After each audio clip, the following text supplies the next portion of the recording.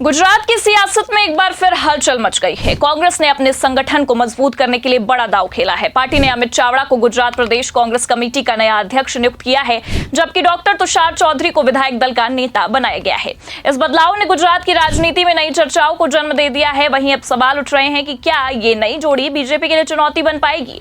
क्या कांग्रेस गुजरात में अपनी खोई हुई जमीन वापस हासिल कर पाएगी? इस खबर में हम आपको बताएंगे कि इस बदलाव का गुजरात की सियासत पर क्या असर पड़ सकता है।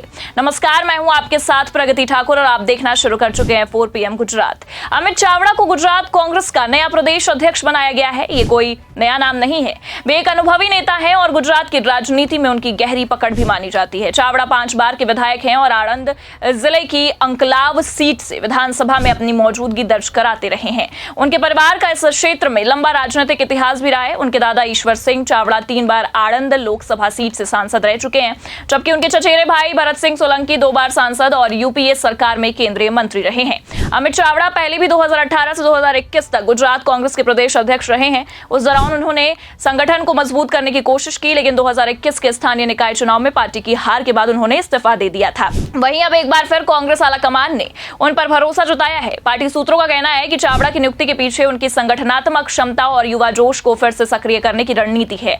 वहीं चावड़ा का हिंदुत्व की ओर झुकाव भी हाल के दिनों में चर्चा में रहा है। पिछले साल अक्टूबर में उन्होंने गाय को राज्य माता घोषित करने के लिए विधानसभा में बिल लाने की बात कही थी। ये कदम गुजरात में हिंदुत्व के मुद्दे पर बीजेपी को चुनौती देने की रणनीति का हिस्सा माना जा रहा है।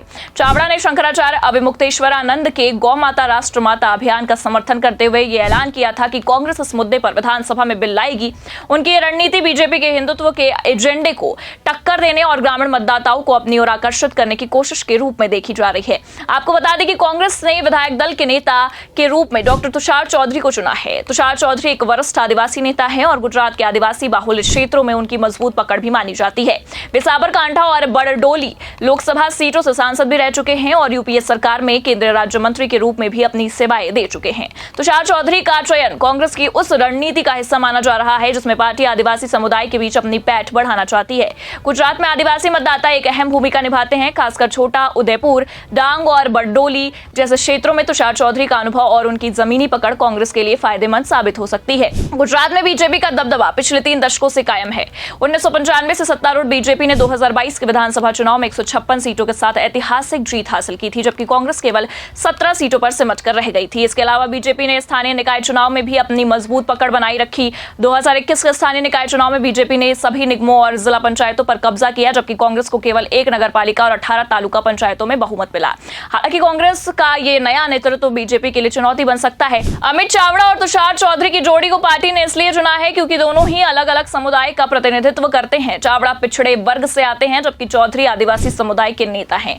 ये रणनीति सामाजिक समीकरणों को साधने की कोशिश है ताकि कांग्रेस विभिन्न समुदाय के बीच अपनी अपील को बढ़ा सके। वहीं अब देखना होगा कि कांग्रेस की इस रणनीति से आने वाले विधानसभा चुनाव में बीजेपी को किस तरीके से चित करती है, ये तो आने वाला वक्त ही तय करेगा। फिलहाल के लिए इस खबर में इतना ही। ऐसी ही तमाम राजनीतिक खबरों के लिए आप देखते रहिए 4 PM गुजरात। नमस्कार।